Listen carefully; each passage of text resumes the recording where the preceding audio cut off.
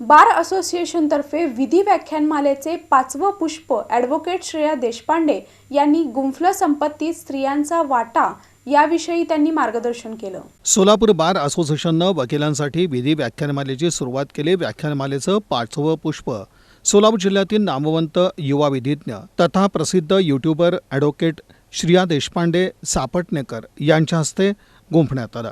या कार्यक्रमास advocate Rajshekhar Alange, advocate Sharmila Deshmukh, advocate Anita Ranshringare, advocate Suvarna Shinde, advocate Ashwini Kulkarni, advocate Priya Jadhav या ज्येष्ठ विधिज्ञांची प्रमुख उपस्थिती होती. ॲडव्होकेट श्रेया देशपांडे यांनी भारतात पुरातन काळापासून स्त्रीला सर्व अधिकार दिले असले तरी प्रॉपर्टीत अधिकार दिला नव्हता. कालांतराने ब्रिटिश सरकारच्या कालावधीत सुरुवातीस पहिल्यांदा महिलांना प्रॉपर्टीत अधिकार देण्यात आला. त्यानंतर यात बदल होत गेले आणि विविध हायकोर्ट आणि सुप्रीम कोर्टाच्या निकालानुसार त्यांच्या अधिकारात कसे बदल होत गेले याची माहिती यावेळी दिली.